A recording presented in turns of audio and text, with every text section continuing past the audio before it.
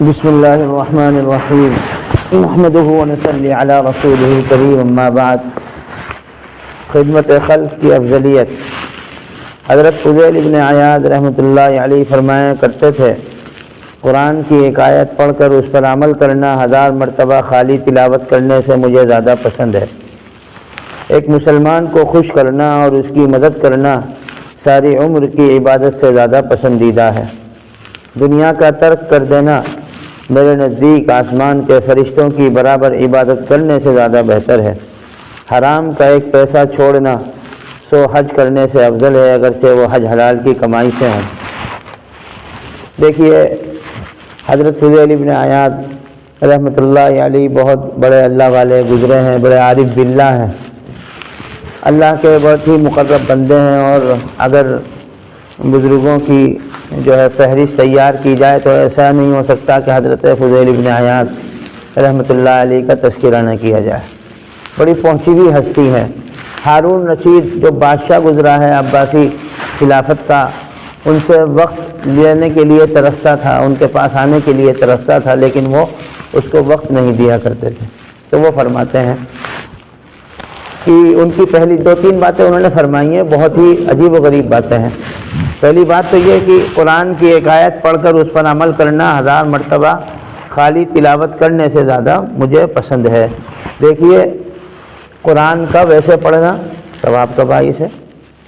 ایک آپ کو پتہ ہے، آپ صلی اللہ علیہ وسلم نے ارشاد فرمایا کہ قرآن کے جو ایک لفظ ہوتا ہے اس کے پڑھنے سے ایک حرف پر 10 نیکیاں ملتی ہیں۔ تو الف لام میم، اس میں کتنے حروف ہیں وہ گن لیجئے اور اس کے حساب سے 10 کے حساب سے ملٹیپلائی کر لیجئے، تو یعنی ایک حرف کے پڑھنے پر 10 نیکیاں ہیں۔ تو یہ حضرت فضیل بن عیاض کے اس جملے کا یہ مطلب نہ سمجھ لیا جائے کہ صاحب یہ قرآن پڑھنے کو منع کر رہے ہیں، بلکہ نہیں، قرآن تو پڑھنا چاہیے، اور مسلمان کا سب سے بڑا حق ہے کہ قرآن سے تعلق رکھے، اس کو پڑھے۔ لیکن قرآن صرف پڑھنے کی کتاب کوئی ہے کہ صاحب اس کو پڑھ لیا اور طاقوں میں سجانا، جیسے کوئی شاید ہے نواز دیوبندی کا ہے یا ماجد دیوبندی کا یہ شعر ہے کہ طاقوں میں سجانے کو یہ قرآن نہیں ہے نا وہ شعر، کوئی مجھے پورا یاد نہیں ہے وہ شعر، لیکن اس کا پہلا مصرع یہی ہے کہ طاقوں میں سجانے کو یہ قرآن نہیں۔ یعنی ہم لوگ قرآن کو خوب اچھا غلاف تو پہنا دیتے ہیں اور پڑھ بھی لیتے ہیں چلو کبھی کبھار، لیکن قرآن صرف اسی کے لیے کوئی ہے کہ صاحب قرآن کو اچھے طریقے سے غلافوں میں لپیٹ کر اور اس کے بعد پھر اس کو کبھی پڑھ لیا جائے، صرف پڑھنے والی کتاب نہیں ہے کہ صاحب کوئی مردہ ہے تو اس گھر میں جو ہے تلاوت کر لی جائے، بس صرف اسی لیے نہیں ہے قرآن۔ قرآن تو عمل کرنے کے لیے ہے، قرآن تو ایک جو ہے ہمارا دستور ہے، ہمارا قانون ہے۔ تو حضرت فضیل بن عیاض اسی اس میں کہتے ہیں کہ صاحب میں نہیں چاہتا کہ روز بروز میں قرآن ختم کروں، قرآن پہ قرآن ختم کروں، بلکہ میں تو یہ چاہتا ہوں کہ میں قرآن کی تلاوت کم کروں لیکن عمل زیادہ ہو میرا قرآن پر، چاہے تلاوت کے حساب سے میرا بہت ہی مختصر سی تلاوت ہو۔ یعنی انہوں نے تو صرف ایک آیت بتائی ہے مثال کے طور پہ کہ چاہے میں جو ہے ایک ہی آیت پڑھوں، لیکن یا 1000 آیت پڑھنے سے زیادہ میرے نزدیک یہ بہتر ہے کہ میں ایک ہی آیت پڑھ کے اس پہ عمل کروں۔ تو یہ ہے اصل چیز کہ قرآن کو پڑھا جائے تو اس کو اس نیت سے پڑھا جائے کہ ہم اس پر عمل کریں گے انشاءاللہ۔ ہماری نیت کہیں سے کہیں تک نہیں ہوتی کہ ہم قرآن پڑھیں تو اس پر عمل بھی کریں، نہیں، قرآن ہے ہی عمل کرنے والی کتاب۔ قرآن اسی لیے ہے کہ ہم اس کے مطابق اپنی زندگی کو ڈھالیں، اپنی زندگی کو اسی کے مطابق بنائیں۔ قرآن میں سب چیز اللہ تعالیٰ نے بیان کر دی ہے۔ سب چیز کا مطلب یہ نہیں کہ آپ جو ہے اس میں جو ہے اپنی گاڑی صحیح کرنے کے جو ہے وہ دیکھنے لگیں کہ صاحب اس میں کون سا پردہ لگے گا اور ہوائی جہاز میں کیسے جانا چاہیے، نہیں، وہ ہدایت کی جو چیزیں مطلوب ہیں انسان کے لیے، ہدایت کی جو چیزیں مطلوب ہیں وہ ساری چیزیں اللہ تعالیٰ نے اس میں موجود کر دی ہیں، وہ ہمارے لیے پل پل اور قدم قدم پر اس کی رہنمائی کرنے والا ہے۔ تو قرآن سے تعلق ہو، اس کو خوب پڑھا بھی جائے، اور اس سے زیادہ یہ ہے کہ اس کو پڑھنے کی فکر سے زیادہ عمل کی فکر ہو اور اس کی جو ہے کوشش ہو، اس میں جو ہے انسان کو لگنا چاہیے۔ تو اللہ تعالیٰ مجھے بھی اور آپ حضرات کو بھی اس کی توفیق نصیب فرمائے۔ دوسری بات یہ فرمائی، ایک مسلمان کو خوش کرنا اور اس کی مدد کرنا ساری عمر کی عبادت سے زیادہ پسندیدہ ہے۔ دیکھیے یہ خدمت خلق کے تعلق سے فرمائیں کہ آپ عبادت میں بہت اچھے ہیں، آپ تلاوت بہت اچھا کرتے ہیں، آپ نمازیں بہت اچھی پڑھتے ہیں، یہ تو آپ کی عبادت کا مسئلہ ہو گیا۔ لیکن اسلام میں صرف عبادت کوئی ہے، معاملات بھی ہیں۔ اسلام کا ایک حصہ معاملات بھی ہیں، معاملات سے زیادہ حقوق بھی ہیں۔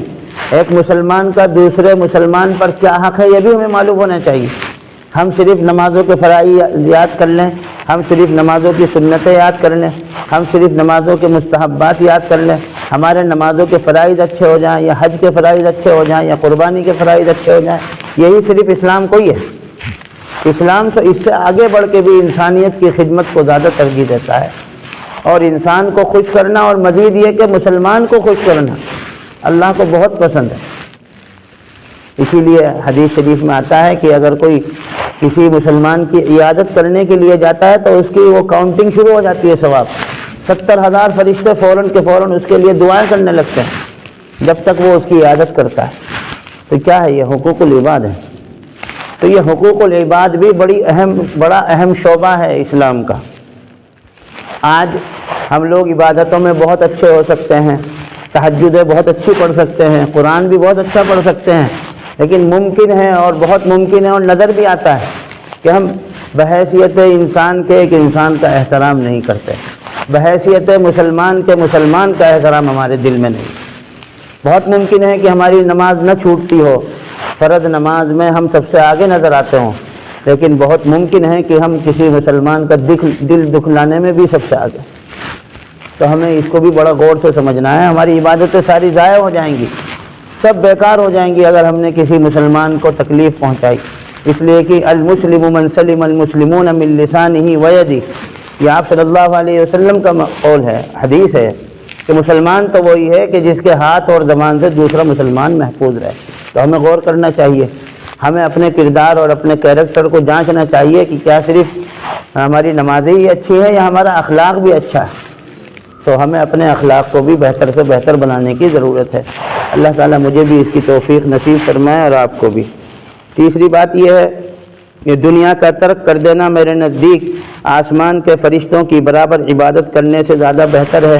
یہ بھی یہ مطلب نہیں ہے اس کا فضیل ابن عیاض رحمۃ اللہ علیہ، حضرت فضیل ابن عیاض رحمۃ اللہ علیہ یہ نہیں فرما رہے کہ آپ دنیا چھوڑ دیجئے، دکان چھوڑ دیجئے، اپنا کاروبار چھوڑ دیجئے، وہ جو ہے شٹر لگا دیجئے، مطلب نہیں ہے دنیا چھوڑنے کا، یا اپنے کاروبار سے دستبردار ہو کے مسجد میں تسبیح لے کے بیٹھ جائیں، یا قرآن ختم کریں، بس جو ہے بس دور چلا دیں قرآن ختم، نہیں مطلب نہیں۔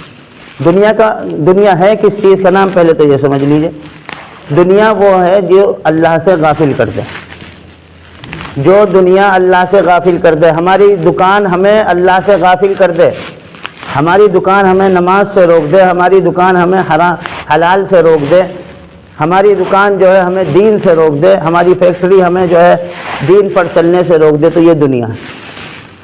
آپ کروڑوں اربوں روپے کما رہے ہیں لیکن نمازوں میں پورے ہیں، حقوق ادا کرنے میں پورے ہیں، اور اسی طرح جو ہے آپ اپنے فرائض جو آپ کے اوپر عائد ہوتے ہیں وہ پورے طریقے سے چل رہے ہیں، تو آپ پکے دیندار ہیں۔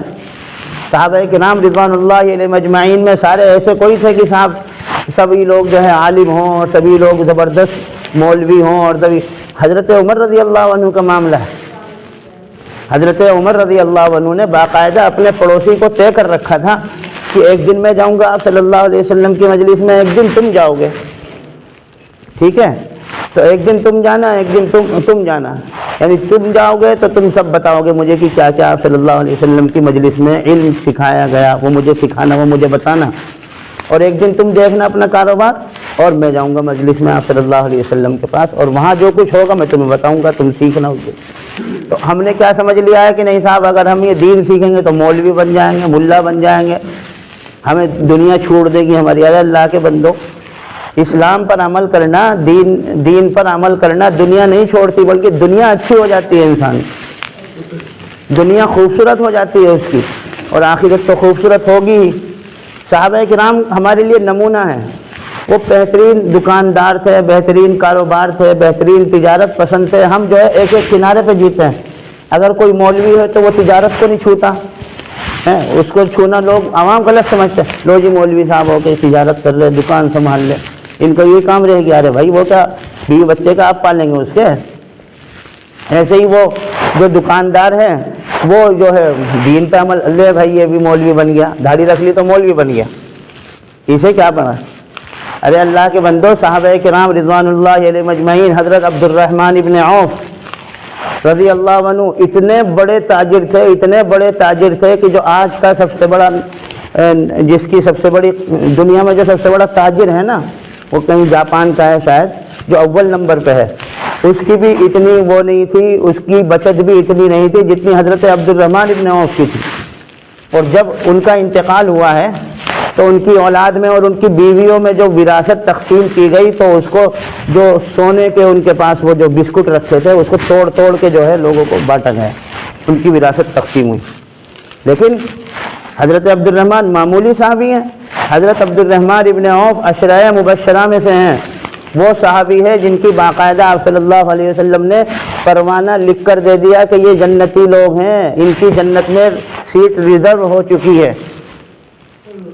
اور اتنے بڑے تاجر ہیں کہ جو اس وقت موجودہ دنیا کا، یہ جو لوگوں نے اندازہ لگایا موجودہ دنیا کا، جو ہماری ترقی یافتہ دنیا، اس والی دنیا نہیں، موجودہ دنیا کا جو سب سے بڑا مالدار آدمی بھی ہے، اس کے پاس بھی اتنا پیسہ نہیں تھا جو حضرت عبد الرحمن ابن عوف کے پاس پیسہ تھا۔ اور ہم تھوڑا سا کاروبار کر کے اپنی دکان کو چمکانے کے لیے دین سے بھاگ جاتے ہیں، اپنی مسجد سے بھاگ جاتے ہیں، اپنے مذہب سے بھاگ جاتے ہیں، اپنے دین کو ترجیح نہیں دیتے کہ حضرت عبد الرحمن سے ابن عوف سے بڑھ کر کوئی جو ہے تاجر ہو سکتا ہے، کوئی بزنس مین ہو سکتا ہے۔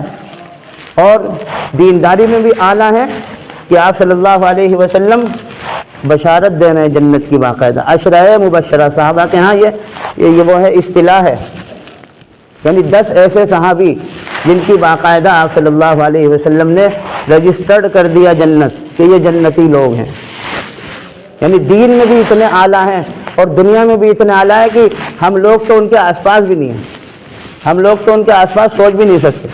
تو اصل چیز کیا ہے؟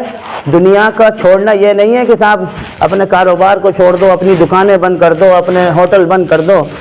دنیا کا چھوڑنے کا مطلب یہ ہے کہ دنیا کی محبت ہمارے دل میں بس چکی ہے اور اس دنیا کی محبت کی وجہ سے ہمیں دین پر عمل کرنا بہت مشکل ہوتا ہے۔ اس دنیا کی محبت سے ہم کنارہ کش ہو جائیں، اس دنیا کی محبت کو اپنے دل سے نکال دیں۔ اب چاہے آپ کا کروڑ پتی ہوں، چاہے ارب پتی ہوں، چاہے جو ہے اس سے بھی بڑے پتی ہوں، اس سے لینا دینا نہیں اسلام کو، بس دنیا کی جو محبت کہ جس کی وجہ سے ہم تھوڑے سے مال میں چھلک جاتے ہیں۔ حضرت عبد الرحمن ابن عوف تو وہ اتنا زیادہ مال تھا، اتنے بڑے بزنس مین تھے، جب بھی نہیں چھلکے تھے، اور ہم لوگ تھوڑا سا جو ہے بزنس کر کے چھلک جاتے ہیں، تھوڑی سا کاروبار کر کے چھلک جاتے ہیں اور دین کو ایک طرف کر دیتے ہیں اور بس دنیا ہی دنیا ہوتی ہے ہمارے پاس۔ اب آپ حضرت عبد الرحمن ابن عوف کی طرح بنیے، کروڑ پتی کا ارب پتی بنیے، لیکن ایسے بنیے کہ لوگ آپ کو دیکھ کر سمجھے کہ صاحب یہ سب سے بڑے مولوی صاحب ہیں، یہ سب سے بڑے مفتی ہیں۔ وہ مفتی بھی کچھ نہیں ہے حضرت عبد الرحمن ابن عوف کے سامنے۔ تو یہ ہو سکتا ہے، ہم کرنا نہیں چاہتے، اصل میں بات یہ ہے ہم یا تو اس کنارے پر کھڑے ہیں یا بھائی اس کنارے پر کھڑے ہیں۔ مولوی ہیں تو تجارت کو ہاتھ نہیں لگائیں گے، اور تجارت بزنس مین ہے تو ہم جو ہے وہ دین کو ہاتھ نہیں لگائیں گے۔ یہ کون سا مطلب کنارہ؟ یہ کنارے کنارے پہ چلنا اسلام نے نہیں سکھایا۔ اسلام نے تو معتدل راہ سکھائی ہے کہ آپ بہترین بزنس مین ہو کے بھی مولوی ہو سکتے ہیں اور بہترین مولوی ہو کے بھی بزنس مین ہو سکتے ہیں۔ تو یہ جو ہمارے ہاں کنسیپٹ ہے نا، یہ غلط کنسیپٹ ہے کہ صاحب مولوی تجارت نہیں کر سکتا ہے، بس مولوی جو ہے ملا ہے اور مسجد کی روٹی کھائے گا، مسجد کی روٹی جو ہے وہ توڑے گا اور اس کے علاوہ اسے کچھ نہیں۔ یہ ہمارا جو ہے گندا ذہن ہے، گندی ذہنیت ہے، کیونکہ ہم چھوٹی سوچ کے مالک ہیں، اسی لیے اس کو بھی چھوٹا سمجھ، وہ بیچارہ اسی چیز میں رہ گیا، مسجد کے کونوں میں ہی رہ گیا بیچارہ۔ وہ معاشرے نے اس کو جو ہے باہر نکالنا ہی مناسب نہیں سمجھا، اور خود بھی بیچارے محدود ہیں، بزنس مین بن گئے، کروڑ پتی بن گئے یا لاکھ پتی بن گئے، دو پیسے کیا کما لیے کہ وہ دین پر عمل کرنا اپنی جو ہے وہ سمجھتے ہیں، توہین سمجھتے ہیں۔ یہ کہاں کے دینداری ہے؟ تو دنیا داری یہ نہیں ہے، دنیا داری اصل یہ ہے جو اسلام کے مطابق ہے کہ آپ دین پر بھی عمل کریں اور دنیا میں بھی خوب جو ہے نام روشن کریں۔ تو اللہ تعالی ہمیں ان باتوں کی توفیق نصیب فرمائے، فہم سلیم اور بصیرت سے نوازے۔ وآخر دعوانا الحمد للہ رب العالمین۔